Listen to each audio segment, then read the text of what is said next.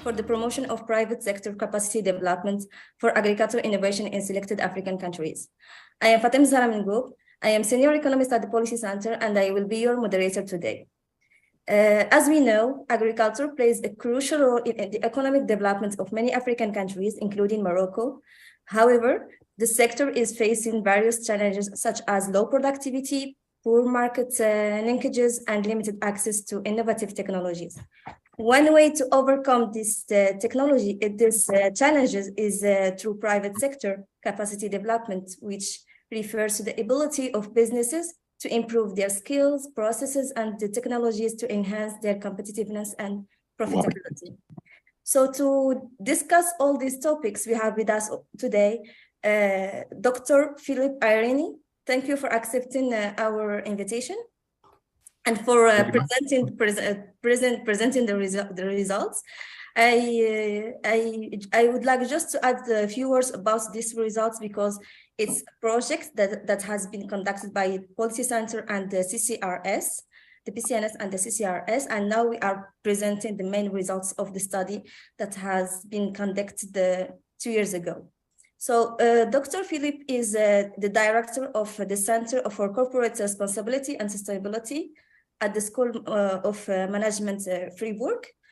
He received his master's degree in geography from the University of Zurich and his PhD in agricultural economics from ETH Zurich.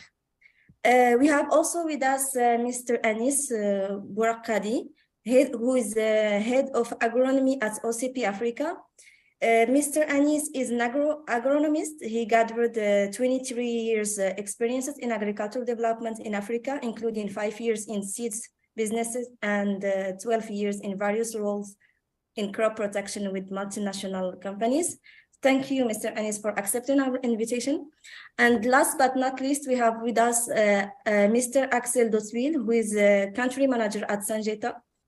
He graduated from engineering school, International Agro Development School. He started his career as a cocoa and coffee producer in Côte d'Ivoire, then as a buyer and processor of vanilla in Madagascar, before spending 9 years for the Naturex group in the purchase of aromatic and medicinal plants. So thank you all for being here with us and discuss such an important topics for us and for Africa. Especially, and hope to have a fruitful and engaging discussion. So, Philipp, the floor is yours. Thank you very much. See if I can.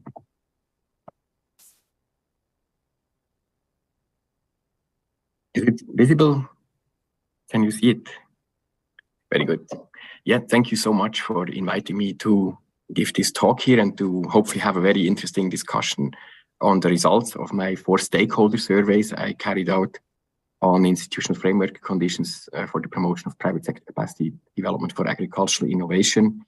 There were 4 countries, Uganda, Ghana, Zambia, and Morocco. So from all the different parts of Africa. And we will see that there also are some diverging perceptions here with regard to the value of capacity development for agricultural innovation in general and private sector capacity development in particular. So as mentioned, we are an associated institute of the School of Management Freiburg. That's since 2022. Before we were an associated institute at the University of Zurich. I'm still teaching there and I'm still teaching at ETH Zurich. I also spent 2 years at FAO in Rome, and I will also refer to that part because it's linked to this project as well. So when it comes to this polarized food debate we face today, or we can say it has increasingly been polarized since the food crisis in 2008. There was this ISTAT report already published in around 2008. It was also called the World Agriculture Report here in Switzerland, and it was very skeptical about technological change, about private sector investment, and it advocated small-scale farming as the solution to feed the world. And Europe, in a way, embraced a little bit this view. We will talk about especially the farm-to-fork strategy, which is an attempt to primarily promote agricultural extensification rather than intensification because of this skepticism. On the other hand, we have the American approach, we have the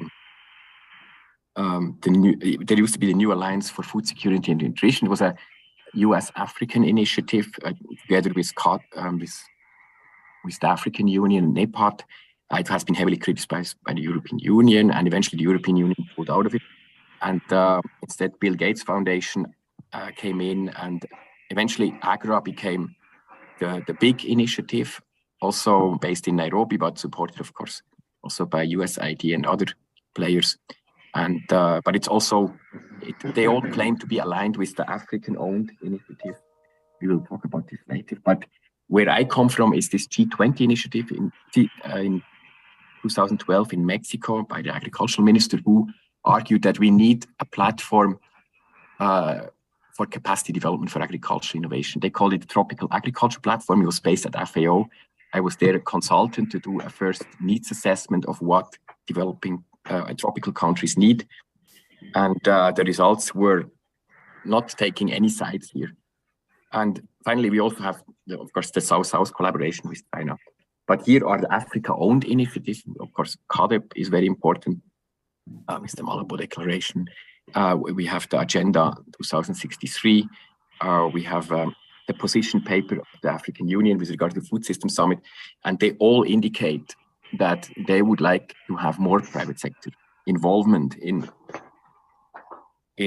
agricultural development for several reasons, because it's carrying off farm employment, it increases productivity, it also increases the ability to do the food processing and so on.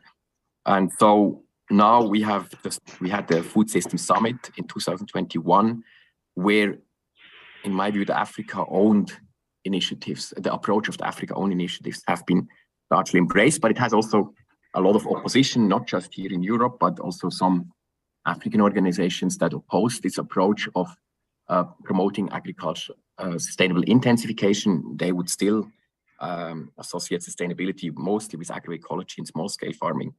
And so in this polarized debate, I wanted to know what are actually the perceptions in different African countries.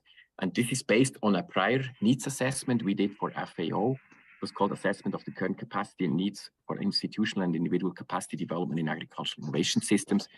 We carried this out in 2013, and it largely showed that there is a demand for more private sector capacity development rather than public sector capacity development.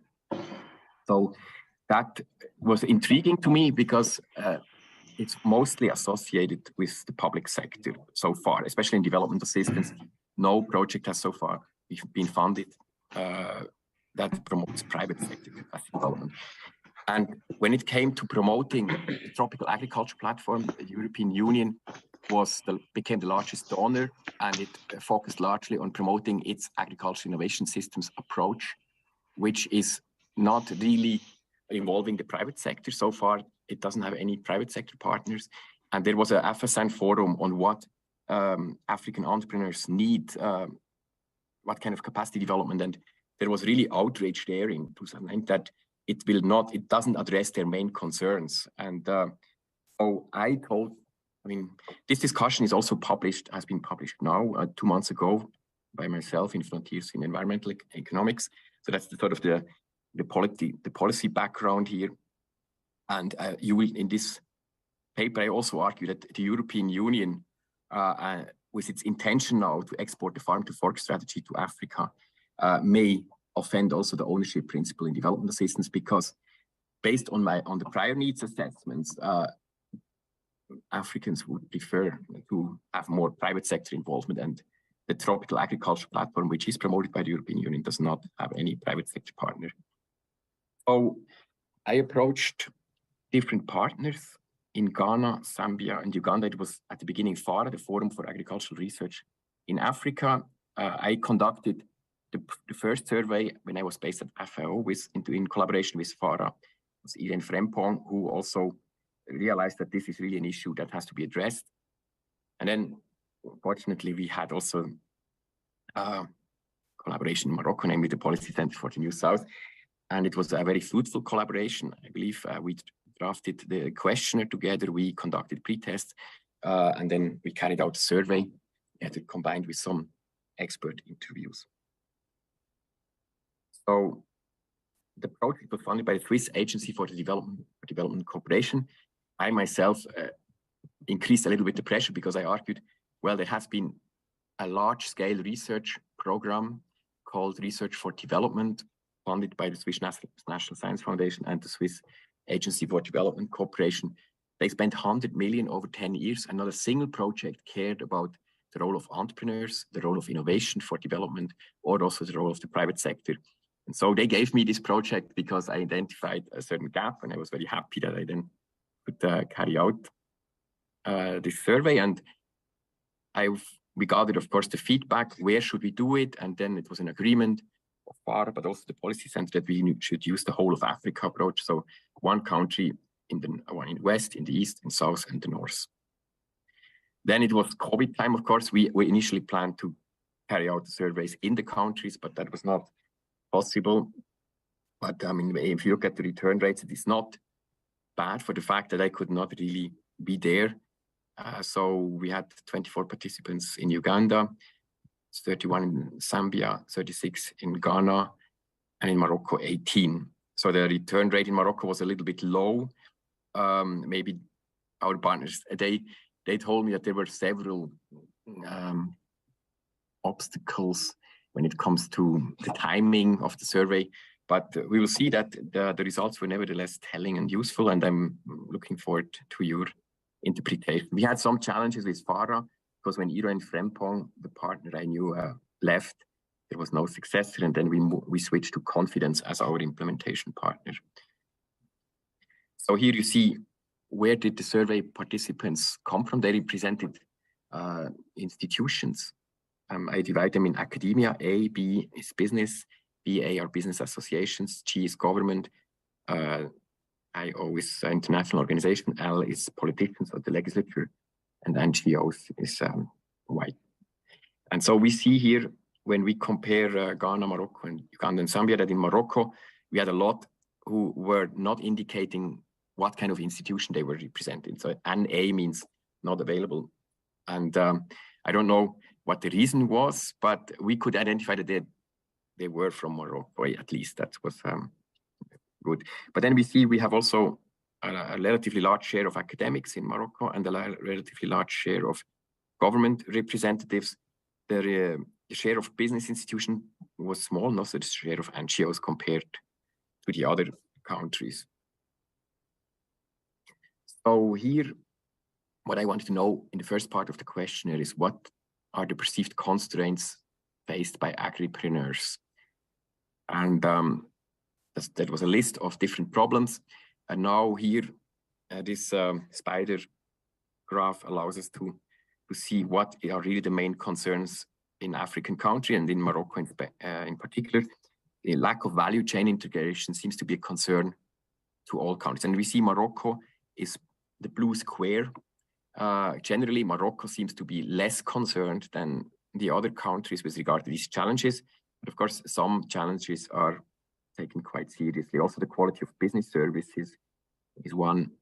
And then access to capacity development is also perceived to be one of the challenges. And access to technology seems a major point as well. But then you see major differences also here. For example, when it comes to ineffective public sector, that doesn't seem to be the case. Seems to be less the case in Morocco compared to the other three countries. Morocco has, when you have to see the scale, it's from 2.5 to 4. So generally, they agreed, but to a lesser extent. And also when it comes to the cost of doing formal business in Morocco, there seems to be, that's probably the biggest difference. It seems to be more possible to do business in the formal sector because the costs are low, the entry costs are lower. So that means the regulation is probably more adequate for in the context. And then finally, also the quality of infrastructure. Here, Morocco seems to have less of a problem than the other countries. Yeah. And access to effective mentoring, also Morocco seems to provide something like this in a better way. And then providers of capacity development for agricultural innovation, who is very important or perceived to be important. We see that NGOs surprisingly they play an important role in all countries, a little bit less so in Morocco. But when I looked at the NGOs they mentioned, these were in fact business-oriented NGOs rather than advocacy groups. In institutions in academia and national research institutes, here we see that Morocco seems to really seems to believe that the national research institutes play an important role here, less so in other countries like, for example, Zambia. And then international foreign aid, if you look at foreign aid, it doesn't play any significant role in Morocco. But then on the other hand, if you look at those who didn't indicate their affiliation, they all emphasize the important role of multinationals in capacity development for agricultural innovation. And that was very surprising to me. And if we take into account that we had the largest share of those who didn't want to reveal their affiliation in Morocco, so this might also be a sort of a Moroccan perception. So the question is really, is Morocco an outlier? Then there was the second part of the questionnaire where I had different statements and the participants, the stakeholders were asked to agree or disagree with the statement. And so we start with the highest agreement here, and we end up with the lowest, or with a slight disagreement at the end. So when it comes to those statements that received highest consent, they were related to food security concerns. I mean, the focus should be on innovation niches that empower small farmers, and then self-sufficient smallholders should be supported and assisted in food. Then this was followed by the perception that there is a need for structural change. For example, the argument was that the farm size actually doesn't matter in terms of good or bad agriculture. And there was general expression of trust in agribusiness to really enable structural change, and also an acceptance of the statement that when it comes to scalable innovation, it's actually taking place in business, not in the public sector.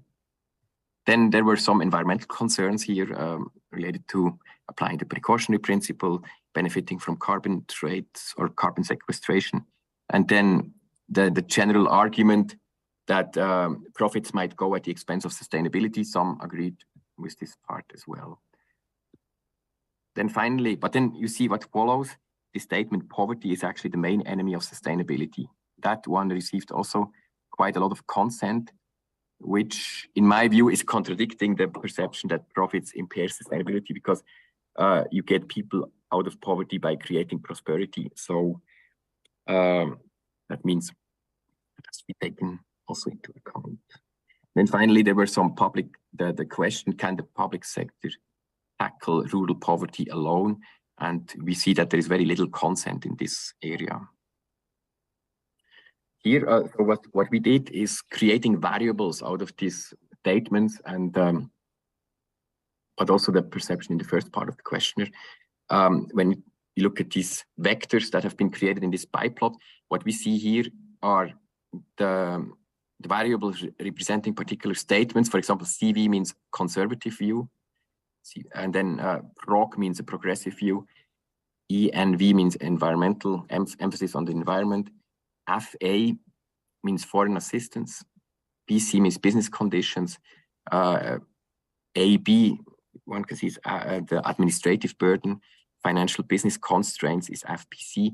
So now this presentation allows us to really interpret each single perception in the questionnaire, and I was dividing this into there were three clusters we obtained. We see them red, dark red, and blue, and the vectors, the lengths of the vectors indicate what extent this vector is able to explain the differences between the perceptions. So foreign assistance and conservative view are those who were really most able to separate the clusters. And we see here Morocco seems to be in the more in the conservative view, but it also embraces certain progressive approaches, certain pro-business views. And it seems to be very skeptical, more skeptical with regard to foreign initiatives than the others. It sees a very important value for the public sector. The business conditions and concerns, and they're not that pronounced compared to the others. And finally, it also embraces this approach of inclusive and sustainable change through business development. That's the interpretation of this graph. I mean, fortunately, I cannot go into details, but in the discussion, we can certainly go back to it. So here, this is confirmed again, if you look at the clusters and the degree that the values, the variables, we see that there is Morocco is highest on conservative view, but at the same time, it's very high on progressive view as well. So it's not, but conservative view means that the public sector plays an important role, but the progressive view also emphasizes that business is the driver of change. So it's quite interesting. Now I'm already reaching the conclusions here. We could argue that the politics, the polarized politics of food system is to some extent also mirrored in the domestic African debates on capacity development for agricultural innovation. Let's say there is also some disagreement about foreign public initiatives and the role of foreign foundations. Some are appreciating them very much, others are more skeptical. And what there was a general concern that every foreign aid also comes with strings attached to embrace a particular view of sustainable agriculture, which can sometimes be a challenge. So there is an emphasis in this overall, that's how I interpret the outcome. There's an emphasis on action to enable structural change in agriculture. Public sector is considered to play a crucial role in enabling inclusive and sustainable change. So it's not that they think the public sector needs to be in charge of capacity development for agricultural innovation itself, but it is an enabler of more private sector capacity development for agricultural innovation. It has to create certain incentives for that to happen. So the focus is really on reducing the burden of doing formal business in sub-Saharan Africa, and it seems that Morocco is doing a good job there. Business is generally recognized as a valuable provider of capacity development for agricultural innovation, as well as entrepreneurial infrastructure, formal value chain integration.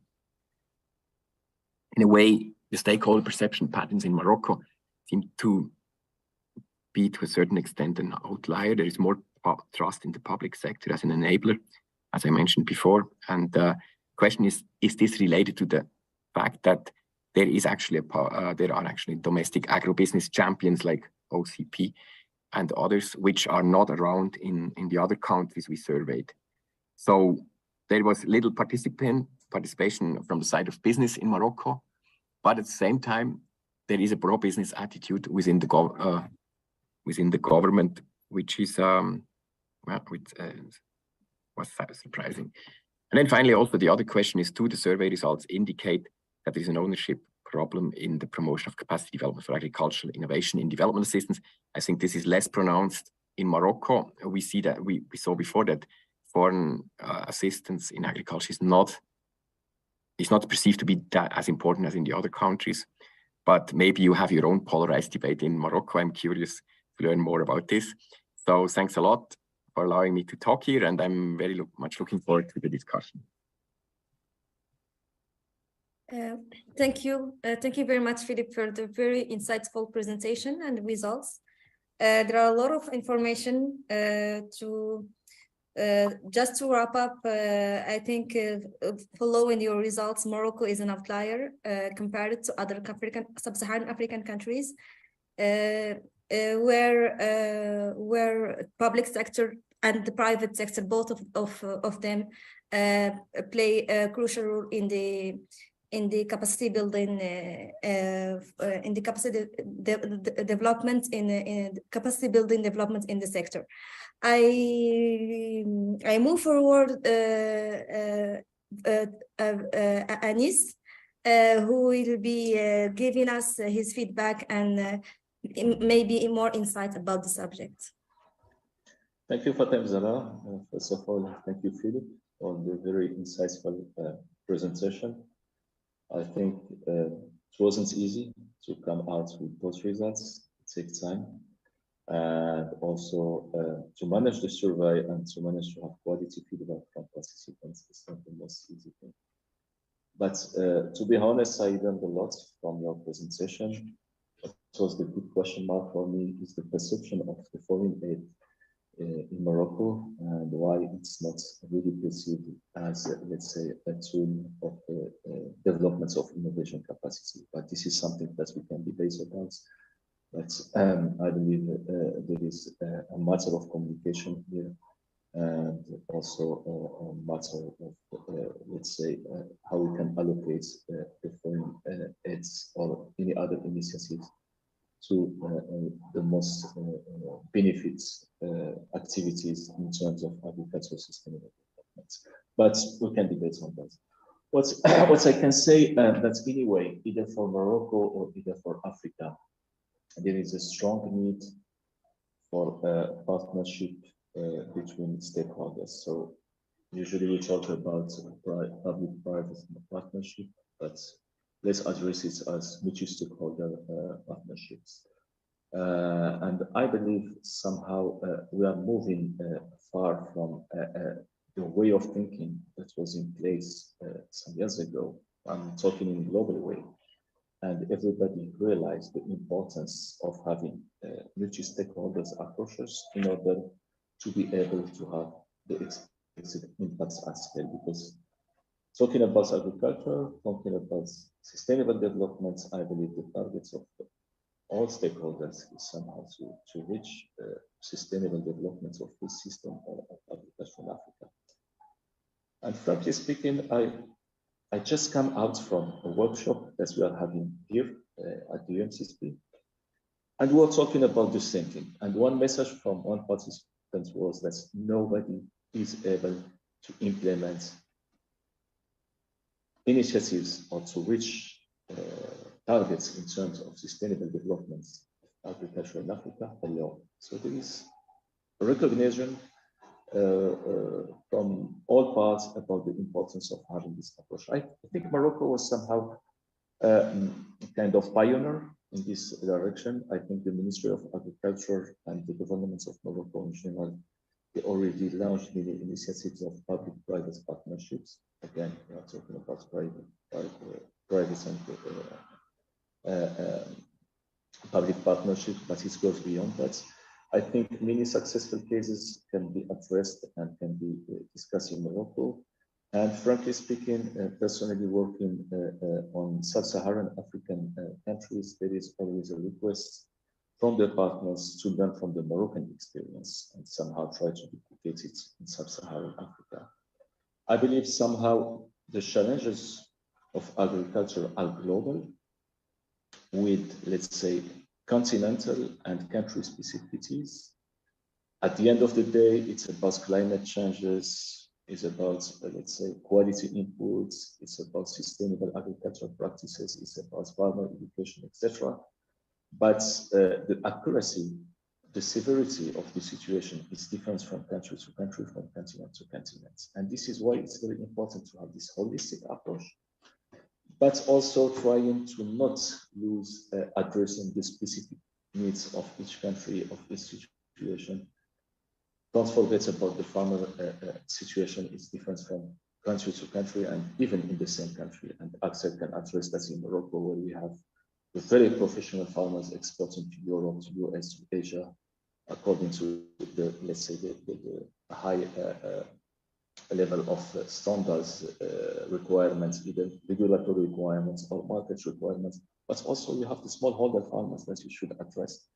So again, a holistic approach and partnership, multi-stakeholder partnership is needed, but never forget about, let's say, addressing the specificities of each case and each situation.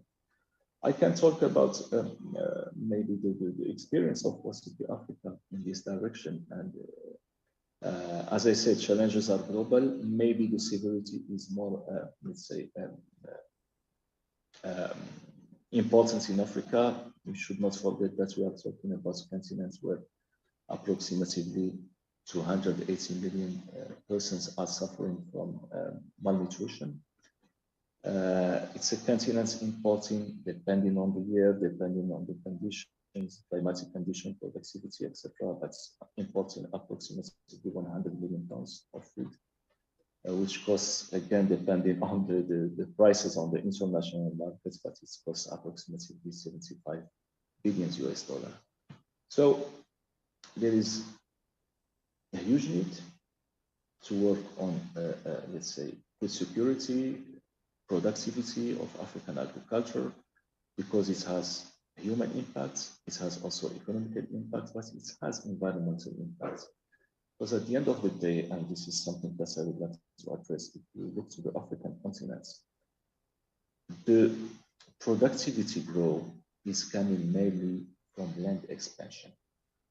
And the only small piece of the productivity of African commodities is coming from, let's say, yield increase. Why? Many reasons. We need to have another conference to talk about it, but let's summarize it: quality inputs, farmer education, access to markets or market linkage, logistic, etc. So this is why, to address this need, we need to have, again, this holistic approach. What we do in OCP Africa is having a dedicated program to the African agriculture. First, around soil health, because we believe that soil health and soil is the asset for the farmer, and we have to protect their soil from degradation. I give one figure: 65% of African soil are already degraded. This has also financial and environmental impact.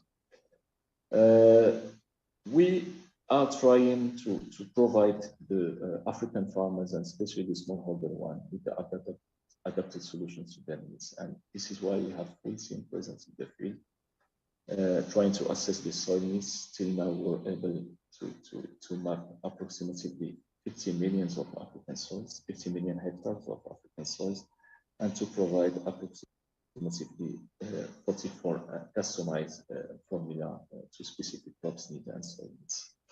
So why we are doing that? Because we believe that using the right inputs from the right source, with the right dose rates, in the right place and the right timing, has not only yield benefits, or let's say economical benefits on the farmer, but it avoids using inputs such as fertilizers and other in a wrong way, which could have an impact on the environment, but also on the economical situation of the farmer and the profitability of the farmers. I believe somehow OCP Africa is subsidiary of the OCP group, dedicated to work on the African agricultural challenges. Maybe it's in line with what you mentioned, Philipp, that's the perception of private investments versus public investments somehow is different from country to country. And in Morocco, it is the perception that the public investments is, let's say, having a better impact. But I believe this is in line with the corporate social responsibility of each company. And I believe many companies are moving forward in this direction. Maybe more can be done, but I believe also the private sector at certain time should consider, and it's already the case, and Philipp will address that as not Philipp, sorry, Axel, as he's working for Syngenta, multinational company. So I believe at global level, it's already the case. At the continental level, it's already the case with some big companies, but we believe that the private sector somehow should better address the corporate social responsibility in order to change this perception from the population side. Anyway, I don't want to talk too much. I think it's an exciting topic. There are so many things to say about that, but at the end of the day, let's keep in mind a few things. Situation is what it is in Africa. It's time for action. It's time to implement things. It's time to consider, let's say, concrete impacts and also scalable impacts at continental level. So again, thank you, Fatima-Ezzahra, for the invitation. Thank you, Philipp, for the presentation. And back to you, Fatima-Ezzahra. Thank you so much, Aniss, for your intervention. I totally agree with you. I think Africa has all the assets to develop its agriculture, and we do have all natural resources. We do have different endowments, so we can develop it. We also have human resources that can be trained through capacity building by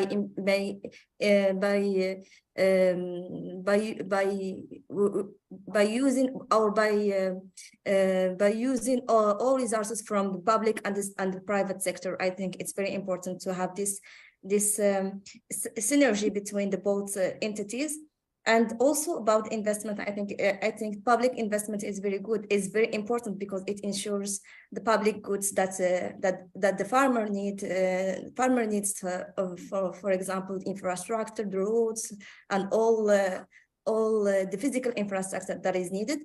And the private sector also, the investment from the private sector is also needed because it's the way of using R&D to better manage inputs and to better manage and to improve productivity, which is, I think, it's very important to have in order to, as you say, to have this holistic approach in tackling compounded issues. I don't know if Philipp, you have you would like to add something before I give the floor to Axel. Yeah. Maybe just a brief question about OCP. Was it always a purely private company, or has its roots also in the public sector? And then also, yeah, it emerged as an agricultural champion in Morocco. Was it able to also induce structural change on the countryside? Because what I observe in other sub-Saharan African countries is that the farm sizes on average get smaller rather than bigger because of population growth and lack of off-farm employment. Is that also the case in Morocco, or is it less pronounced? And also the question, how to integrate the small-scale farmers into agribusiness ecosystems. I mean, is that a challenge? Do you have an outgrower scheme? Are you providing capacity development to integrate them into your formal value chains? Because I believe also once you have an agribusiness ecosystem, it's also related to processing activities and many other agriculture-related businesses. So it creates a lot of off-farm employment, which is enabling a human form of structural change on the countryside.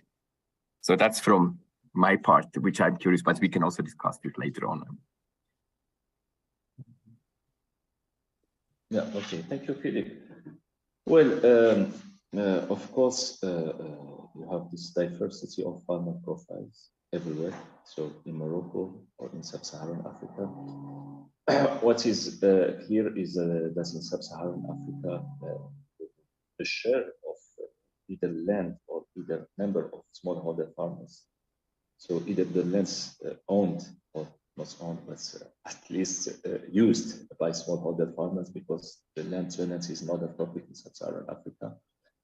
So the share of this land or the number of smallholder farmers is more important compared to Morocco.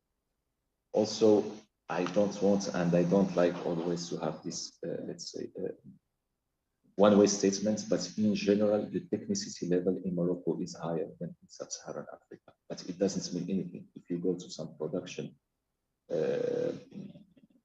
of banana, for example, or other crop or ornamentals, maybe in East Africa, they are really at very high technical level. But here we are giving, let's say, kind of global statement with some, let's say, specific realities depending on the countries. In our programs, and OCP is a company where the Moroccan state is the main stakeholder. In our programs, we usually try, and Axel also can mention about that because they are our partners in some of the programs. But what we are trying to do in our programs is to ensure a better market linkage of the farmers. Why? Because at the end of the day, the issue is not to develop the solution. This is the easy part, to be honest. And you can invest in it with partners like research institutes, universities, private sector, farmer associations, NGOs, etc. But once you have the solution, the big issue is first how to bring the solution to the farmer level and to be able to produce it, to disseminate it, to train the farmers how to use it. This is one. So how to bring it. But the most important is how to help the farmer to adopt it. And if the farmer has no return on investments, the adoption rate is very low. And the return on investment is not a question of yields, because again, this is the easy part. But the other part is to be able to have, let's say, a fair price for his production. And this is why we need to ensure this market linkage. Because at the end of the day, if you have the solution, you are able to bring the solution to the farmer level, considering the logistics, the production, considering the dissemination, training, etc. If the farmer is able to use the solution in the correct way, to have this high yield, but still, if we are able to ensure him to have, let's say, a fair price, then we'll somehow be able to have this impact at scale. And how we are doing that, we are having partnerships. So again, it's partnership with, let's say, some commodity trader, if we can address it like that. So the off-taker will buy the farmer production. We have also partnership with other inputs company like Syngenta, for example, in some African countries, like some seeds companies, also some financing organisms, because it's a question to have access to the finance. And so we are trying to link the farmers to this holistic approach and having this centric program in order to ensure the sustainable impact. This is one.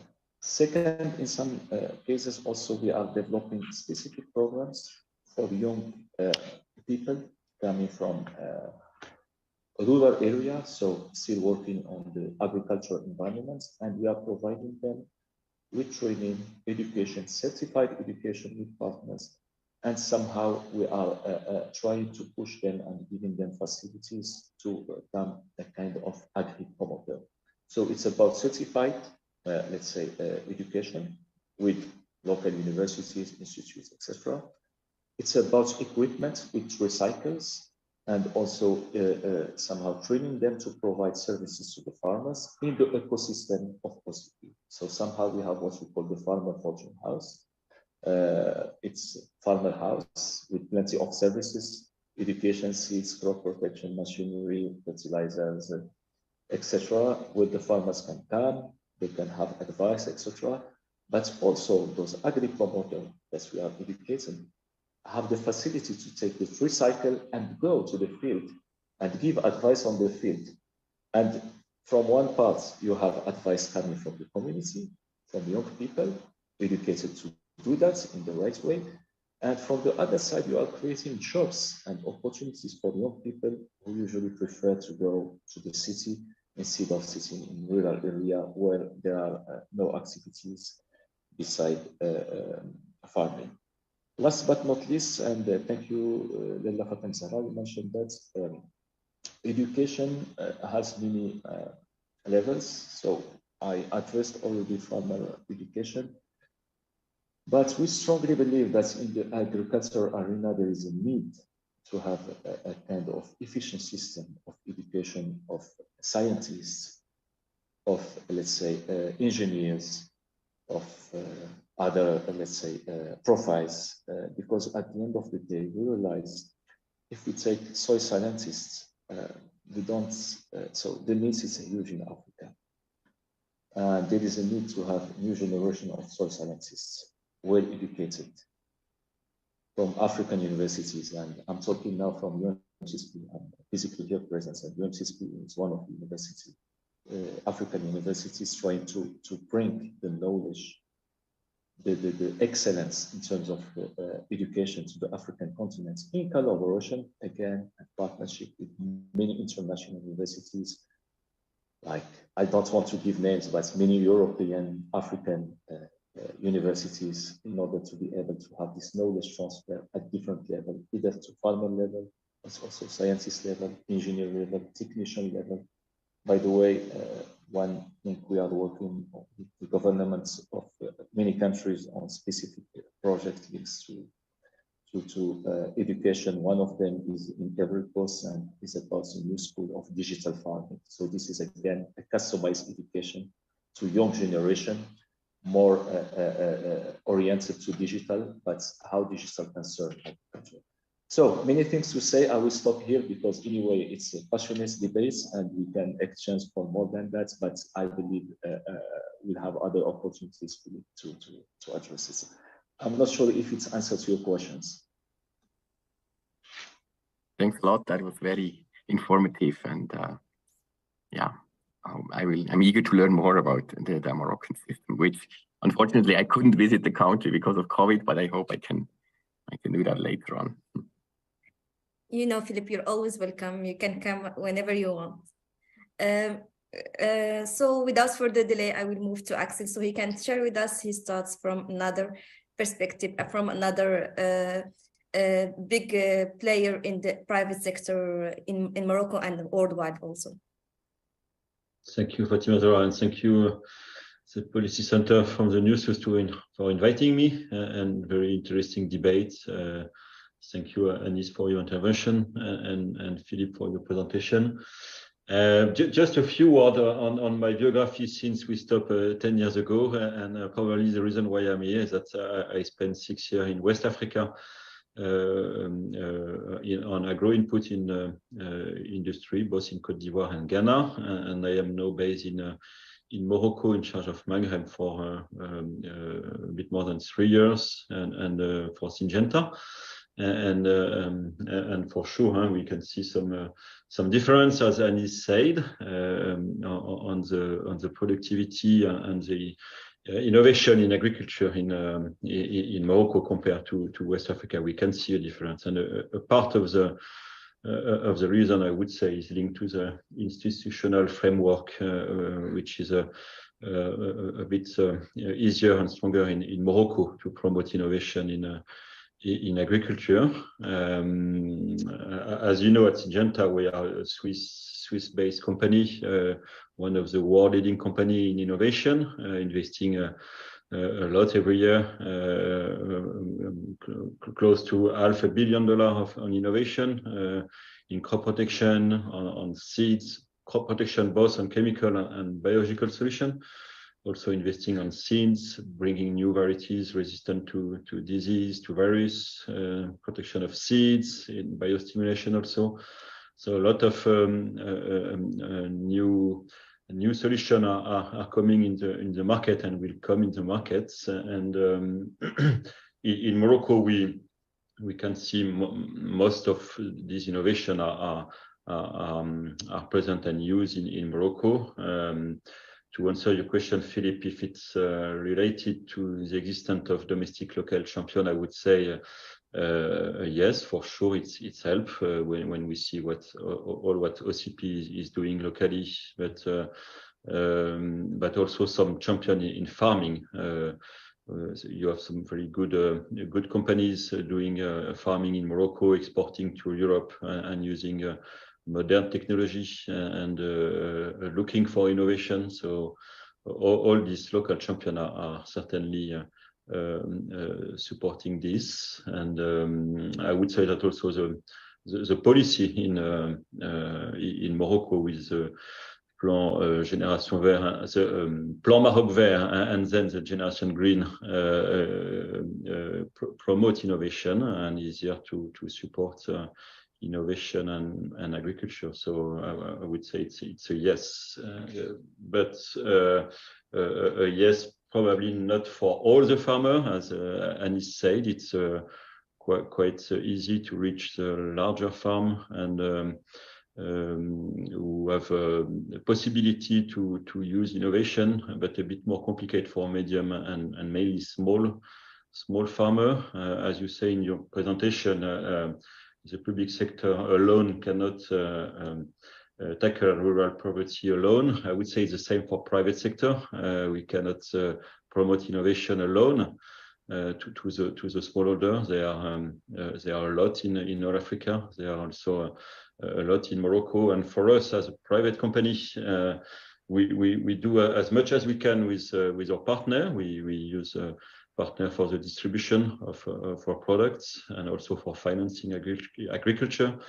But to promote innovation and to finance innovation to all the farmers, this is where we have difficulties. And I would say that most of innovation is bring to a medium and large farmer and less to smallholder. And that's probably where we could collaborate more with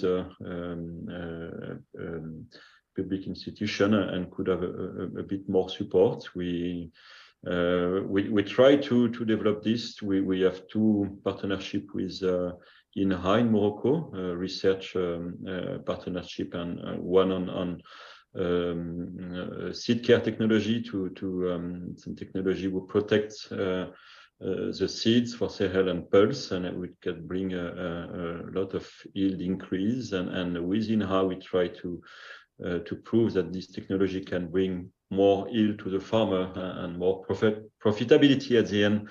And if it's proven and if we agree on this yield increase, then we could work together with Ministry of Ag to promote all this technology to smallholders that could help. And we have another research partnership with the biostimulant on cereals who can help to decrease the use of nitrogen. Morocco is not a producer of nitrogen, so it could be good news if we can reduce quantity of nitrogen per hectare. That's where we are working with. And also I like what Aniss said on education, and also what you say, Fatima-Ezzahra. It's definitely key to educate more the farmer. And in Morocco, we find some good agronomic school, and also University Mohammed VI is working on education and working also for the future in Morocco and in Africa. And it's an important topic for the future of agriculture and for the farmers and main players in agriculture in Morocco to be educated to all modern technology, all what's happening all over the world in terms of innovation will definitely help for the future. So that's what I wanted to share with you. Thank you so much, Axel, for these very fruitful insights. You talked about a lot of information regarding the success in Morocco. For example, the favorable political environment here in Morocco in terms of having these policies that have a lot of incentives in terms of developing technologies and improving productivity, which is very important, I think, for us because in agriculture we are depending on resources that are limited, and that's why we need technology to enhance or to improve productivity, because we cannot rely on the use of additional quantities, which is not possible because these resources are very limited. And that's why we need to have the best way to manage them and the best way to use them in order to have the best output. So going back to you, Philipp, do you have any feedback or comments to Axel or another question? No, I'm quite impressed how Syngenta is to some extent embedded in the local economy, working with the local universities to find solutions. Of course, I assume there always must be a business case, and whether there is a business case depends also on institutional framework conditions, if they encourage or discourage this kind of embeddedness into the local economy. But it seems to work quite well. That brings me to the question, do you have a similar polarized debate on food systems in Morocco compared to Kenya or Uganda? I noticed that the more dependent they are on foreign assistance, the more polarized the debate seems on what kind of agricultural system is sustainable. And I mean, we all agree that we need agroecology and new technologies. We need to find, each country must find its own mix of what can promote sustainable intensification. There is no gold or silver bullet for anyone, but often it is portrayed in polarized public debates that there is a silver bullet, either agroecology or new technologies, or either business or only public sector. To me, I have a little bit the impression that it's a more, it's less pronounced in Morocco. I don't know if you agree with this, or is it, or do you face similar debates there? Well, I'm not. I don't have so much experience in East Africa, but I follow what's happening there a bit more in West Africa. But I know that we have similar discussion in East Africa. Eric Fierval, the CEO of Syngenta, was in Kenya last year, and he had some similar discussion with the government. I mean, the similarity we have in East West Africa, also Maghreb, is that for question of food security, it will always be with smaller and medium farmer, I would say. Most of the local champion we have in Morocco and a large farm or big company are players for exportation. But when we talk about food security and it's joint discussion and joint problematics, I would say. So the main difference in Morocco is, I would say, that we have a bit more visibility with this 10 years plan, which bring clarity and for us as private sector, we know where to invest and where to bring innovation. But in a nutshell, I would say all these discussions are a bit similar. Thank you, Axel. Maybe Aniss would like to add something. No, I think okay. Nothing special. No. Okay, because I think regarding food security, there are a lot of things that have been made here in Morocco in terms of transforming strategic products and subsidizing strategic products such as wheat or sugar, things like that. But I think it's not what's happening now in Morocco. It's not just the results of the last policies, but it's long historical policies from the independence until today. That's why we understood in the past that the most limited resources for us was water.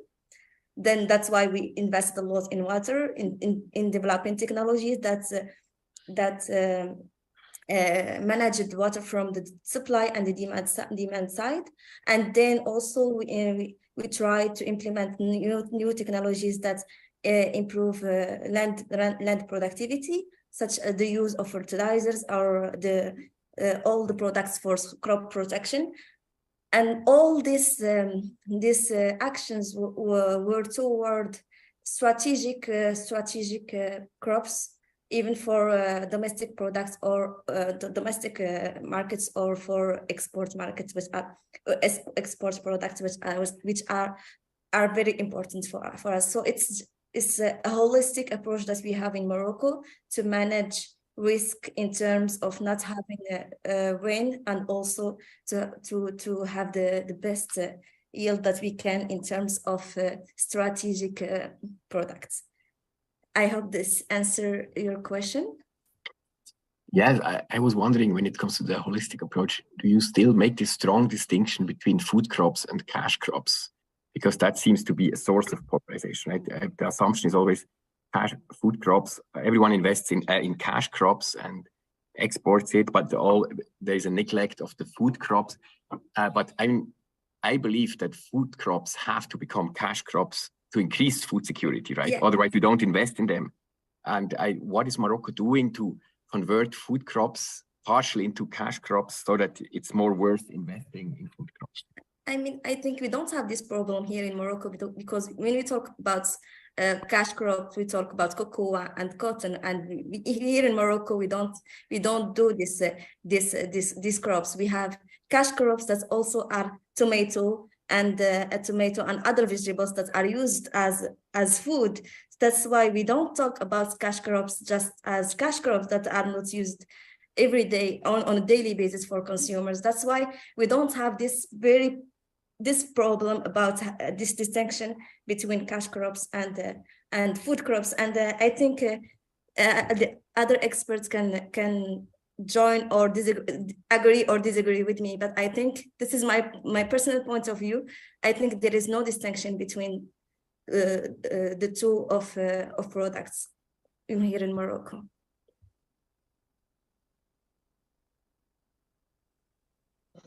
From policy point of view, if you take now the green generation and the produce Maroc Fair program, I think in terms of support and subsidy programs, there was no difference between the two. Even if I'm not wrong, even some food crops like cereals are, for example, having a support for seeds production and especially seeds availability at farmer level, certified seeds I'm talking about, at fair price with the support of the government, giving lots of subsidy in this direction to support the food crops. I think in Morocco, somehow from policy point of view, I mean, the same apply for all the crops. Maybe some cash crops, but also it's applied for the food one. There is a kind of support for the transformation part, but okay, if you have let's say a project and initiative to transform also the food crops, you will benefit from the same. But from policy point of view, I don't think that there is a difference between the two. Still, as you said, Philip, and I agree with you now, the priorities on the agenda are changing at global level. It's not only about Africa or about Morocco, but the priorities are no more the same. This is the results of the COVID crisis, of the political crisis in Eastern Europe. And for sure, now if we are talking about the future, let's say, action plan, so I believe somehow, and it's already on the agendas of major stakeholders, that the focus in the future will be again on the food crops rather than the cash crops. But as I said, my perception from Morocco, yeah.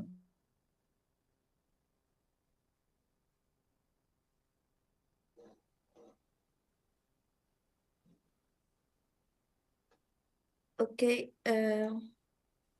Axel, you would like to add something, or it's okay? Yeah. Sorry, Aniss, you were interrupted for your last minute. It's okay. Shall I repeat again, or you could hear my voice? We lost you, Aniss, the last sentence. The perception for Morocco was it was okay. I mean, it's in line with what Fatima-Ezzahra said. It's the same, just but this is intrinsic to each crop. Maybe the ability of organization for the cash crop is better than for the food crops, but this is intrinsic. I mean, you can help and support to have better internal organization of the farmers, but this is like that. Cash crop generally you have better farmer organization. And OCP, is it purely export oriented, or does it also is the domestic market also important? How is it a share of exports and domestic sales? We are targeting all crops. I mean, the team here in Morocco, if I'm not wrong, they developed almost 100 new fertilizer solutions for Moroccan farmers, including all crops without exception. Impressive. Yes, Axel, you can go ahead if you want. I mean, well, nothing specific to add to Aniss. I agree with you and Fatima-Ezzahra and Aniss. It's the chance we have in Morocco is that most of the cash crop are also food crop for sure. For some specific cases, it will be only cash crops with no need for local population, but for most, it can be used most in local market for food or for export.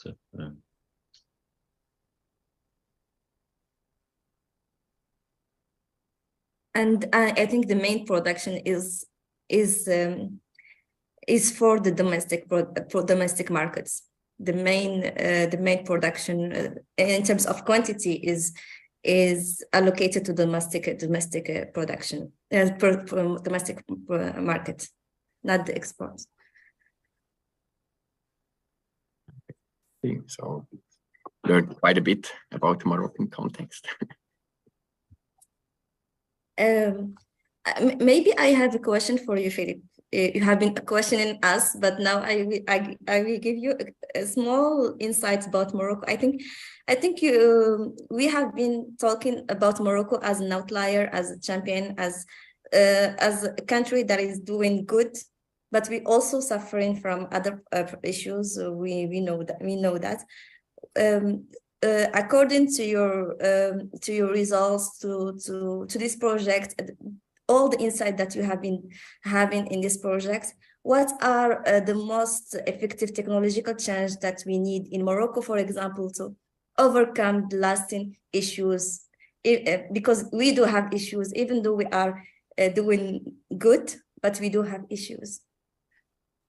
No, I think one of the biggest challenges that those who are meant to cooperate to find really holistic solutions, they often pursue their own approaches separately rather than working together. I mean, I refer to this polarized food debate. It's sort of what I observe in many countries is that they have those who only think that agroecology will be the solution have created a global network. Those who are believing that technological change is important in academia and in business, they are also sort of apart. And I realized that when I did a survey on the cassava biotechnology network. Cassava is an important food crop. It was one of the most promising projects I've ever seen. It was based in Colombia, but of course, cassava is much more important in Africa than in Latin America as a food crop. And there at these biannual meetings, I saw how all the stakeholders came together, farmers, farmer organizations, researchers, from agroecology to molecular biology to business. We had companies, public sector, foundations, and they sat together and decided how can we find a solution for this and that problem in the most cost-effective way. So it was a very pragmatic approach to solve challenges without any inhibition to also look into the private sector and approach the private sector to find out if they can be of help here and if they can be of help there. For example, I realized when it comes to bringing these clean planting material, these cassava stakes to remote villages, it's very costly to bring them there. And then they found out that there are Coca-Cola trucks driving there. And so one can curse it for bringing their sweet drinks there, but they were very pragmatic and say, well, do you have space for our clean steaks? Can you carry them? I believe that's when, if there is an initiative, if there is a clear articulation, what is needed from the private sector, it can work. And also, they are selling fried cassava in McDonald's in Brazil because it was also an initiative to increase the demand for this food crop, and it worked as well. So for me, that's the promising approach to really go more pragmatic about concrete solutions and see if they're scalable or not. But if you want these solutions to become scalable, that means sustainable and affordable, you need public-private partnerships, you need private sector involvement because they have the competence to make things scalable. And that's a little bit the lesson of my own field research. Indeed, we do need scalable projects and we do need investments from the private sector and also, I think, and we all agree on this, from the public sector. So we do still have a few minutes left. If you have any additional insights or final comments to deliver, you're welcome. Well, it depends in what kind of details you want to go about the survey and the analysis, but the plan is really to also now focus a little bit on the main insights, and it's very valuable to have these workshops because we didn't want to start with the journal publications before we get the feedback of the participants, right? because the feedbacks give us a sort of a validation of our interpretation of the results. And so we had this workshop in December with stakeholders from Ghana, Uganda, Zambia. Now we had this workshop in Morocco. And it was very valuable to really see if what we conclude here is really validated by those who are really working in the field or having businesses there or representing public sector institutions. And this is especially important because it was during COVID when the survey has been conducted. So I haven't been there. So in this sense, it was very, very valuable to get your input. So thank you. Indeed, it was very difficult. We sent almost 80 invitations, and we only received 18. That was very difficult to have the answers from experts in these difficult days. But now we do have some results that are interesting and that are aligned with experts' insights and analysis, I think. Well, that question is still an open question. Why? I mean, all those who were not indicating their affiliation in Morocco,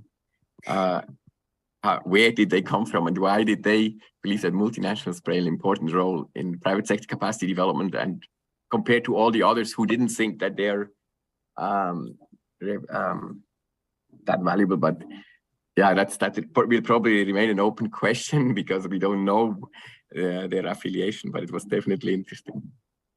Maybe the most important thing is the result, not the affiliation. I think that's why we as Moroccan, we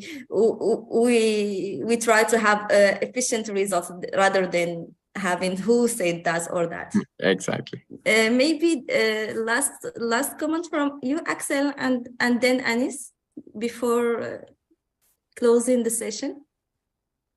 Again, thank you for this good discussion and inviting me. I think a lot was said already. I love what you say, Philipp, saying that we could encourage a public-private partnership. I really think it will help and accelerate for innovation. And I am open to any good idea and good discussion with the government to support. But that's a really good example. Yeah. Mm-hmm. Thank you. Thank you. Yeah, thank you, Fatima-Ezzahra, for the invitation, and that also thank the Policy Center for organizing such events and being behind such studies. Is for sure of high value for Morocco and the African continents. And I would like to thank Philipp and Axel also for the valuable inputs. I believe we are all aligned on the statements, and at OCP Africa, if there is a need, and you can count on our full contribution if there is something behind the studies, some action points and other things to develop. So we'll be keen to discuss and to contribute to that. So again, thank you for the invitation, and hopefully talk to you soon again. So thank you all for all these kind remarks, and thank you for accepting our invitation, and hope to see you again in another discussion, which is I think this discussion was very engaging and fruitful, and we will always remember the main results from Philipp's study and also from the discussion. Thank you so much for accepting and being here with us. Goodbye. Thank you also for organizing this. Was great. Moderator.